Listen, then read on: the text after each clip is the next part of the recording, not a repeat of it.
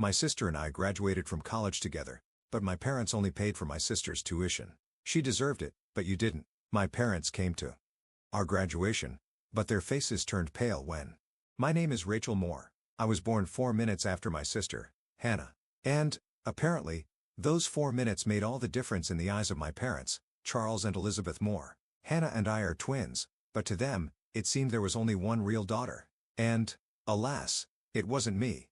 From my earliest childhood, I noticed the difference in how they treated me. Hannah always got the newest, prettiest, and most desirable things. She got the dolls, and I got the ones the neighbors' children gave me. She got the dresses, and I got the ones that were already worn. When Hannah cried, my mother dropped everything and flew to comfort her, hug her, and persuade her. When I tripped and scraped my knee, all I heard was, "You're a strong girl, Rachel. Be patient." I was given a paper napkin and sent off to play again. As a child, I began to understand that in order to be noticed, I had to do something extraordinary. After all, no one noticed my tears for no reason. I remember one of the most vivid episodes from that time. I was about 5 years old. Hannah and I were playing in the yard. She wanted to climb up some tall metal structure on the playground, but she got scared and started crying. I was scared myself, but I climbed up and jumped off anyway to show her that it was okay. I hoped that my parents would praise my courage, but Dad ran up to us, first hugged Hannah, and told her that she was a brave girl, although he didn't even try to climb up. And he glanced at me and just quietly muttered, "Be careful, Rachel. You know you can hurt yourself." And that was it. No pride in me. No approval. Perhaps this became the model of our relationship for many years to come. The more I tried to prove that I deserved attention, the more indifferent they became. But Hannah could smile, do some insignificant thing, and my parents would immediately shower me with praise. I carefully hid my jealousy. It is difficult for a child to understand why he gets less love. I cried at night, hugging the shabby teddy bear that my grandmother gave me. My grandmother was the only one who always looked at me with warmth. She lived in another city, so we rarely saw each other. But every time she visited, I was bathed in the warmth that, alas, my mom and dad could not give me. When we went to school, everything became even more noticeable. Hannah was always praised for her efforts. For example, she had a craft made of cardboard and paper, quite ordinary, with many flaws. But my mother shouted, "This is just a masterpiece, Hannah. How did you do it so beautifully? Oh, you're so clever." At the same time, I had my first successes in writing. I received certificates in drawing competitions, wrote short stories for which my teachers noted me. But at home, this only caused a cold reaction. "Well, yes, well done, Rachel, but watch out. Don't get cocky." I heard some kind of tension in these words, as if my mother did not even want to admit that I was capable of success without their support. I studied hard, avoiding complaints and showy whining because I realized it was useless. One day, when I was about 10, Hannah and I brought in our report cards. I had straight A's, and she had a couple of good grades between the C's and B's. My parents, looking at my A's, just nodded. "Well, you're a smart girl. It's clear." And looking at Hannah's report card, they exclaimed, "Wow, 3 B's, great. Hannah, we're proud of you." I remember how my heart sank. It seemed as if the award for my hard work had been given to someone else. And this happened over and over again. The older we got, the more obvious the gap in our family became. My parents believed that Hannah needed their attention. She was more sensitive, more tender, more vulnerable. And I, in their opinion, can stand up for myself. You'll figure it out yourself. You'll find a way out yourself, and so on in the same spirit. At some point, I resigned myself to the fact that I wouldn't have much support from my parents, but resigning myself doesn't mean giving up. On the contrary, it pushed me forward every time, even more stubbornly, constantly proving not so much to them as to myself that I'm worth something. When Hannah and I were finally approaching graduation, the question of choosing a college arose. We both decided to study accounting. It turned out to be an amazing coincidence. This interest in numbers, finances, and reporting was awakened in me because I loved order and precision. In Hannah, I never noticed any particular desire for such sciences, but she said, "Well, this is a popular profession, and then we'll see." My parents took this very seriously. They paid for her education in full and at once so that Hannah doesn't have to worry about anything during her studies. Let her focus on her studies. And to me, as soon as the conversation turned to money for education, they said, "You're smart, Rachel. You can probably get a grant and earn some extra money if necessary. You won't be lost." On the one hand, I was offended that they were spending fabulous sums on my sister, and I had to fight for every scholarship and grant with my own efforts. On the other hand, this was what gave me another push not to give up. I thought, if they are sure that I am strong, then I will prove how strong I can be. And I began to draw up documents for grants, apply for all kinds of scholarships, look for vacancies for students in order to cover at least part of the expenses myself. We both went to the same college, although we lived there in completely different ways. Hannah lived in a spacious room on campus. Her parents regularly sent her money for everything, from textbooks to clothes and entertainment. She hung out with classmates, went to parties, led a cheerful and carefree life. I found a modest room in a dorm, worked part-time in the library in the evenings, then sometimes worked there as a cleaner. I joined a small program where students could clean rooms for a fee. Sometimes I washed the floors in the hallways of the dorm, and I did all this at those hours when most of my classmates were resting. And in the breaks that I snatched for myself, I studied, read tons of literature on accounting, financial analysis, taxation. Even though I was terribly tired, I realized this is my only way to achieve something. No one will hand me what I want on a silver platter. My sister never noticed it. When we crossed paths in the cafeteria or on the playground in front of the building, she would say with a hint of pity, "You look tired, Rachel. Maybe you should manage your time better instead of running around everywhere." And I would smile back, trying not to show any resentment or anger because I understood this was my decision. I chose this path. And an inner voice would say, "Hang in there, Rachel. You have everything ahead of you." Several semesters passed. I gradually settled in, realized that in addition to my main studies, I needed to think about my career in advance. So I went to various internships. I got into a local audit firm where, albeit formally, I was on duty. I brought coffee, copied documents, helped sort papers. In return, I received invaluable experience of immersion in the real sphere. Gradually, they began to allow me to do small tasks that required certain skills. I happily took on everything. Many students from our college not only did not try to get a job there, they simply thought it was impossible because such interns are usually taken from more famous universities. But I knocked on doors asking for a chance, and I was lucky. When my first summer in college ended, I learned about the opportunity to study fast and take some of the CPA exams early. I realized that if I worked like a horse, I could pass some of the exams before graduation. And again, no one around me believed that this was possible for a regular student, but I was confident in myself. I had the strength. Around the same time, I met Professor McLaughlin at an elective. He taught an additional course on international financial reporting standards. I signed up for it, although the course was difficult and very extensive. On the first day of classes, he came up to me after the lecture and asked, "Rachel, you have quite a strong base. Where did you study before?" "Well, not really anywhere in particular. I just read a lot study. Try to figure it out."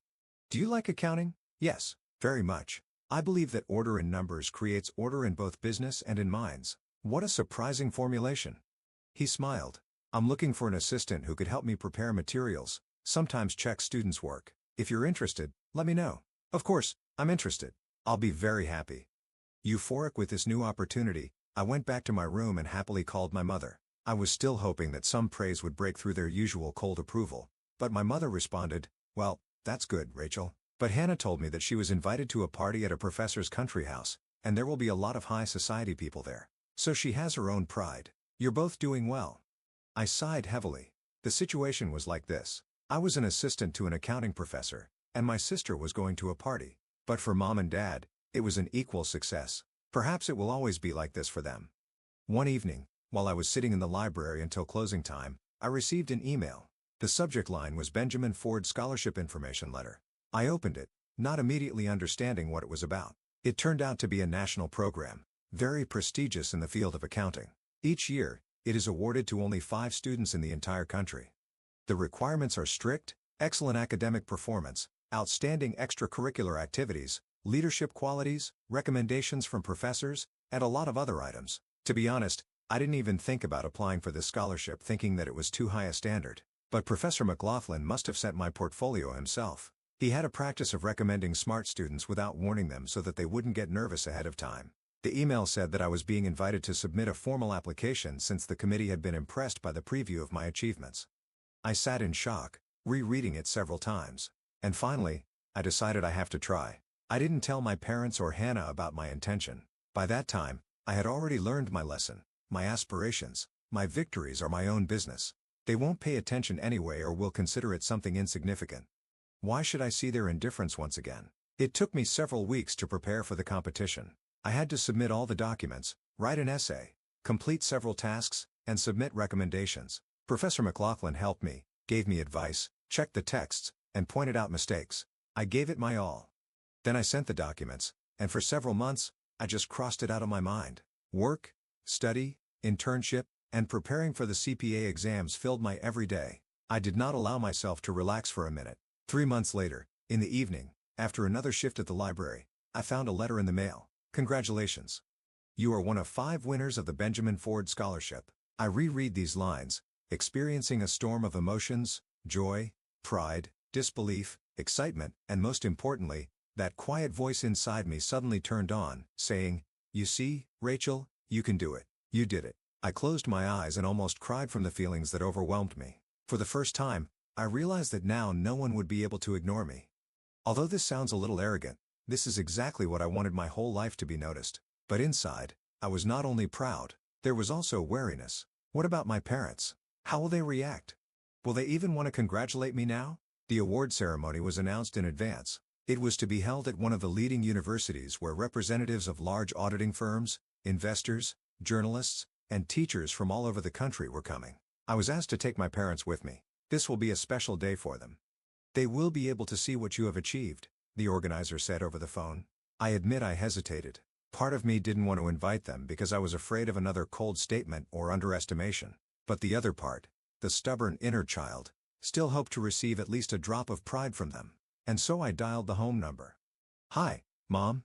Remember how I told you I was entering this big competition?" Something like that. "Yeah. What's it all about?" "Anyway, I won one of the most prestigious national scholarships in accounting. I'm invited to the award ceremony, and they're asking me to bring my parents." "Really?" I heard Mom raise her voice and call out to Dad. "Charles, come here." Rachel's saying something about an award. I picked up the phone again. "When's the ceremony?" "In 2 weeks, Friday. In the morning." "It's in a different city, but I'll check with you to see what's most convenient for you. They want to see you there." "Okay. We'll try to make it." Mom spoke in a tone as if she wasn't sure whether it was really worth the time. I hung up the phone feeling empty. "Okay," I told myself. "Even if they come, let them see it with their own eyes. Maybe then something will change," but I no longer had the same childish hope. I had become more hardened by this point. The day of the award ceremony arrived. I arrived at the university early, put on my only more or less formal dress, modest, classic cut, black, with discreet accessories. The guys, the other laureates, were bustling around. We were all a little nervous. We were led into the hall where the ceremony was to take place, explained that each name would be announced. Director of the university would count the short achievements and present the award. We all took our places in the front rows. The hall filled with guests, and I noticed that Hannah was sitting next to her parents. My sister was wearing an expensive dress with a chic handbag on her lap. Mom and Dad looked a little confused as if they themselves did not understand what they were doing in such a hall. I tried not to meet their eyes so as not to be distracted. I was ready for the most important moment in my life. Finally, the ceremony began. The host announced one laureate after another.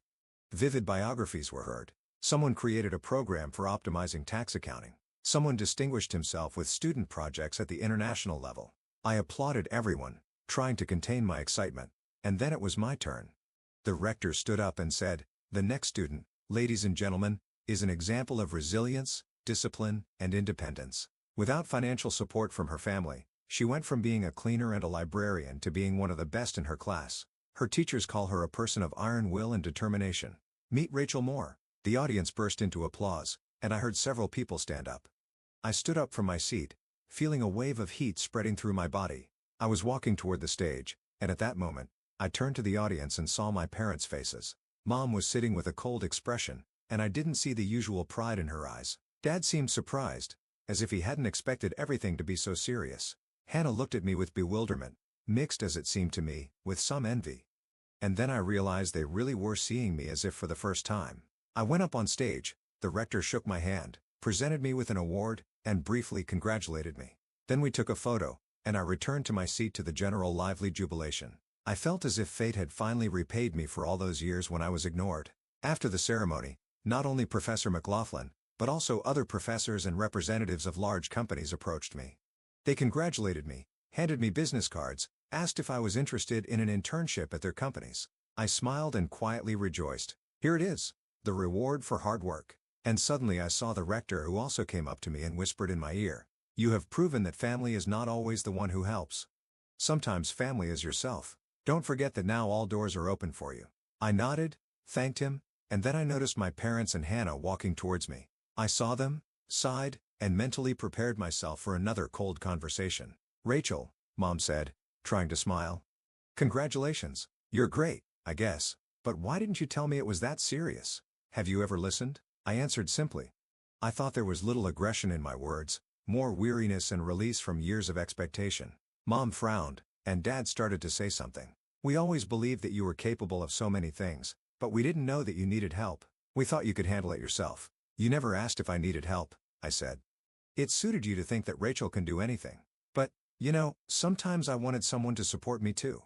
"Well," Mom looked at Hannah, confused.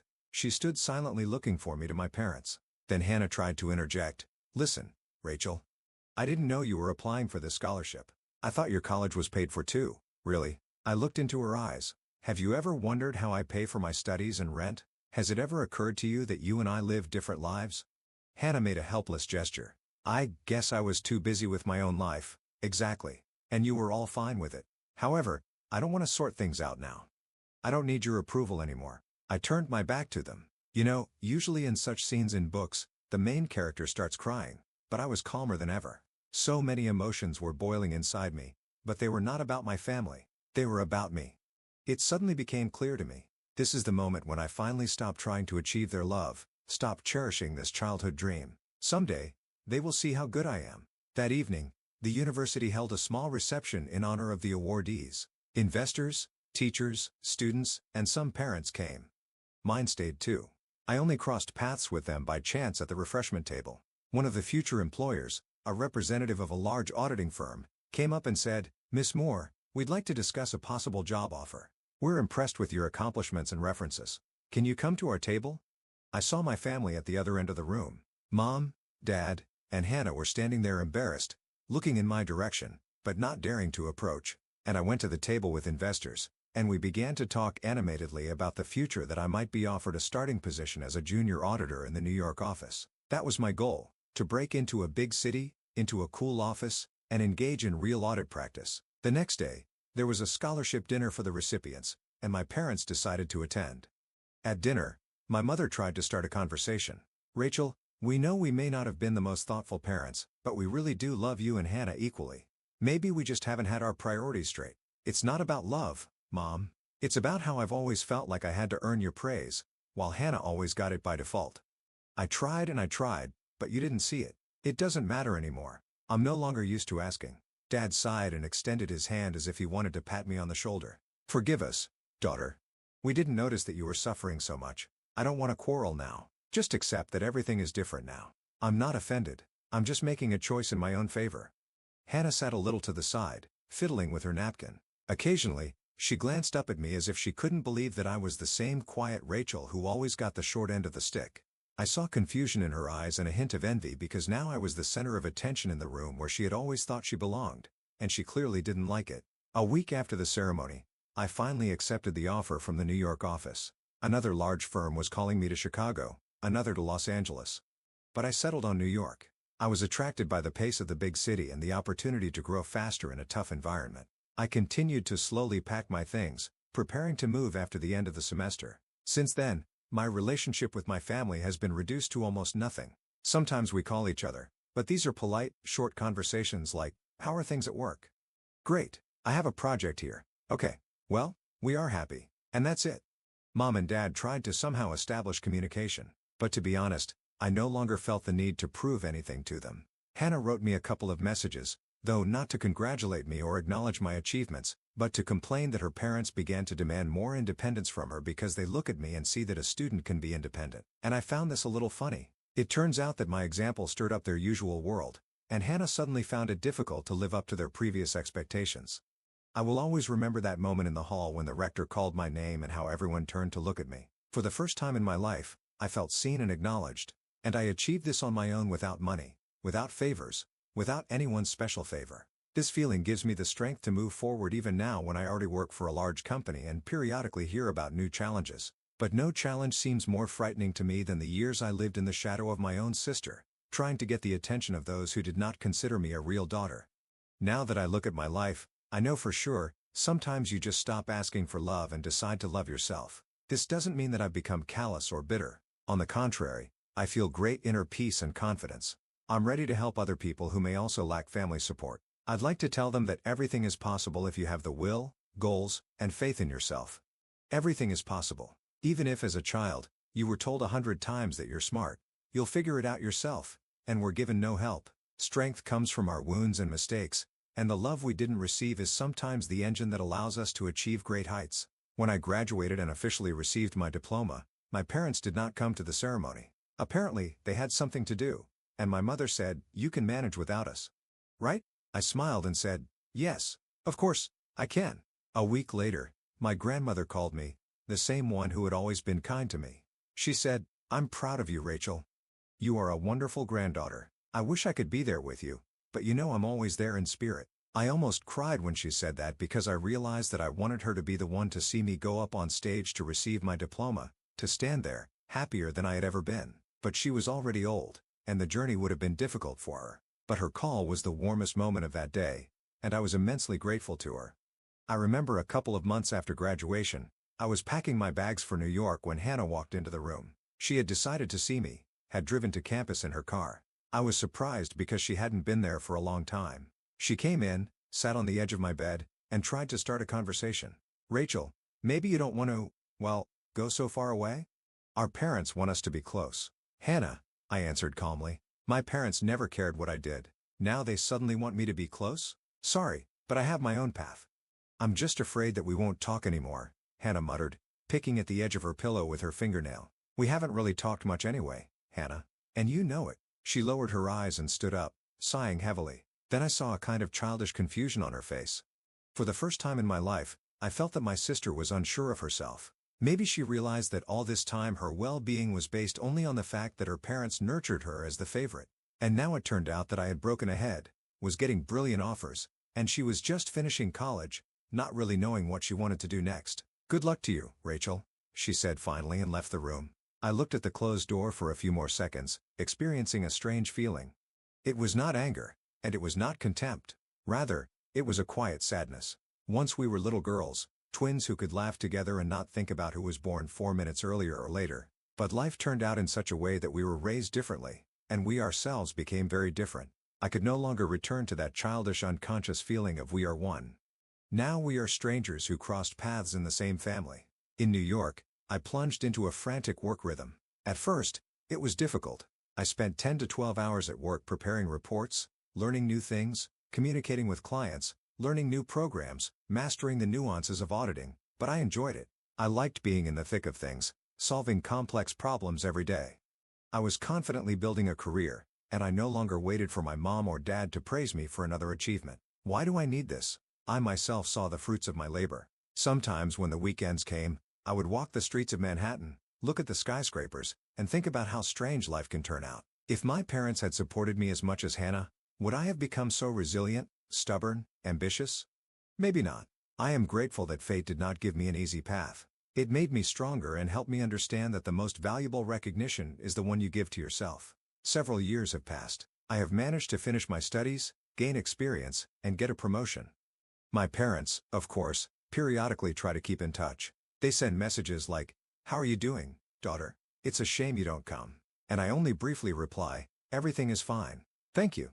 Hannah pops up on social media every now and then, posting photos from parties, and then writes me rare letters, complaining that she is having a hard time finding a job. I advise her, send your resume to different places, take courses, improve your skills. She is indignant. I find all this so boring. Apparently, our paths really have finally diverged, but I don't regret that we hardly communicate. It doesn't mean that I hate them or despise them. It's just that one day you stop begging for love and start choosing yourself. At some point, I realized I deserved to live for myself and not for someone's recognition. Yes, family is blood ties. But when these ties were suffocating me and devaluing